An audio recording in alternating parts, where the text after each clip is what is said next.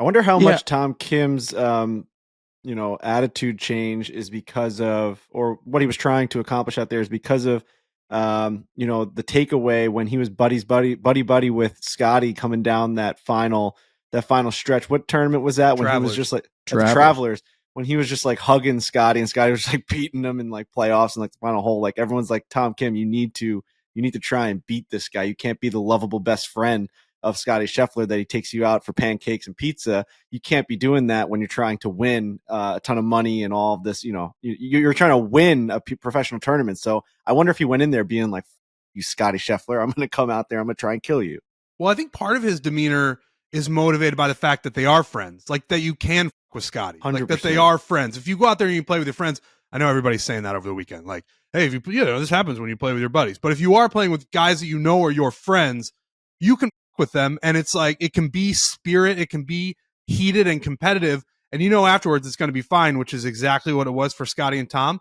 I like that he felt comfortable enough being like, I just made a putt, a long putt, and I'm gonna scream at Scotty That's Scheffler. human nature. I'm as Yeah. nasty and mean with the people I'm closest with. I'm not gonna do that to a stranger. What am I, a That's right. psychopath? If I see I'm going to the Ozarks. I'm going to Big Cedar. If I make a putt in Big Rob's fucking face to like win a match, I'm gonna like dunk my balls on his head. I'm gonna go nuts. I'm gonna ruin him. I'm gonna go so psychologically deep into him that he's not gonna be able to survive. Would I do that to just like Johnny Walker that I just got paired up with at the Eisenhower Blue? No chance. It's such a paradox that the people you are closest friends with are the people you are meanest to. I don't know why that is, but I am so mean to my friends. My friends are so mean to me. Yep. And every time I see them, I want to kiss them on the lips. Like it's the best.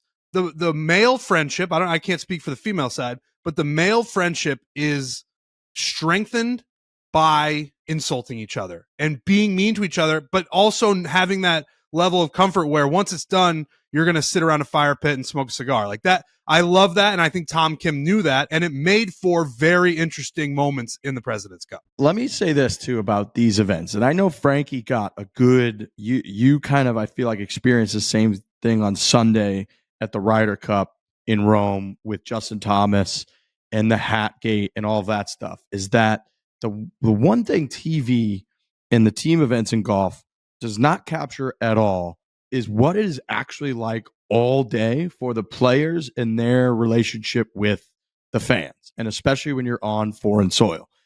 You hit a tee shot, and then you're not on camera for the next 5-6 minutes as you're walking up the fairway. And golf is such an intimate experience with the fans that it's not like hockey or football where there's this barrier and you can't really hear anything one-on-one. After you hit that tee shot, you can hear every single thing that people are saying up until you hit your next tee shot. And on Friday out there, especially when it was chippy, it was way different on Thursday. Friday, it was chippy. It is relentless, and you cannot help but after hours and hours of that, I get why the players, even if they don't know the guy, even like Wyndham Clark was giving it right back to him with the night thing after they didn't win that match because Patrick Cantlay made that putt.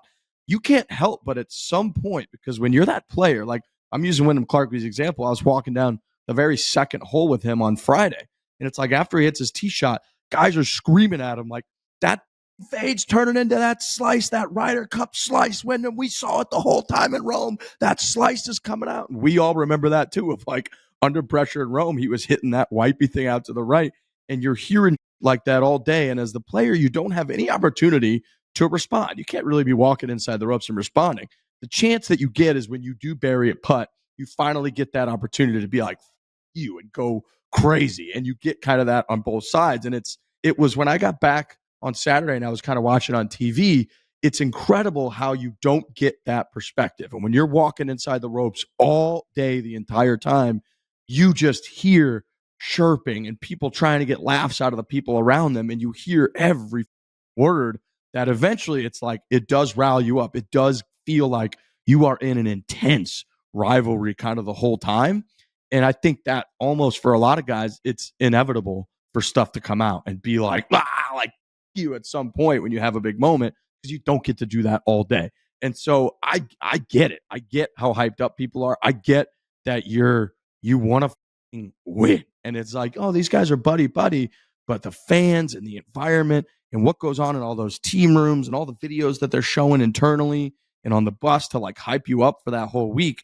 It's like guys are getting emotional. Jim Furyk was emotional afterwards. So I think it spills out in those huge moments. And for a lot of the fans that are like, think people are overreacting, it's just hard to comprehend how much it's in people's head the whole day until you're there walking with and hearing the crowds, and you kind of understand, like, me, dude, I'd be looking for an opportunity to go crazy as well out there. Totally. I totally agree. Yeah, the TV never totally shows exactly what's going on, like you said, from tee to green.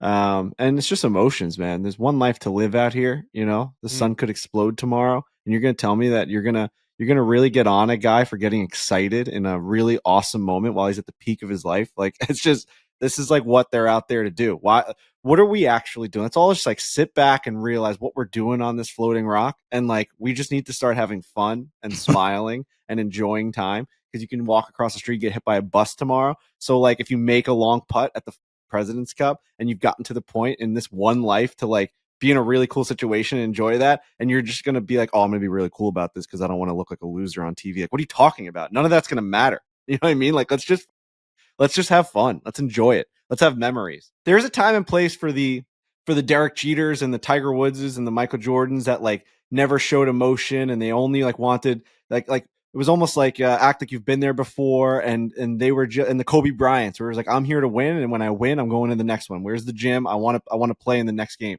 There's only a certain amount of people that works for, and then you need the Tom Kims and the Siwoo Kims that are like going out there doing all this ridiculous celebrations, even if they're not going to win. They're just enjoying it, man. They're just enjoying life out there, and I think that's great. I think that's awesome. You need moments like this. That's all you like.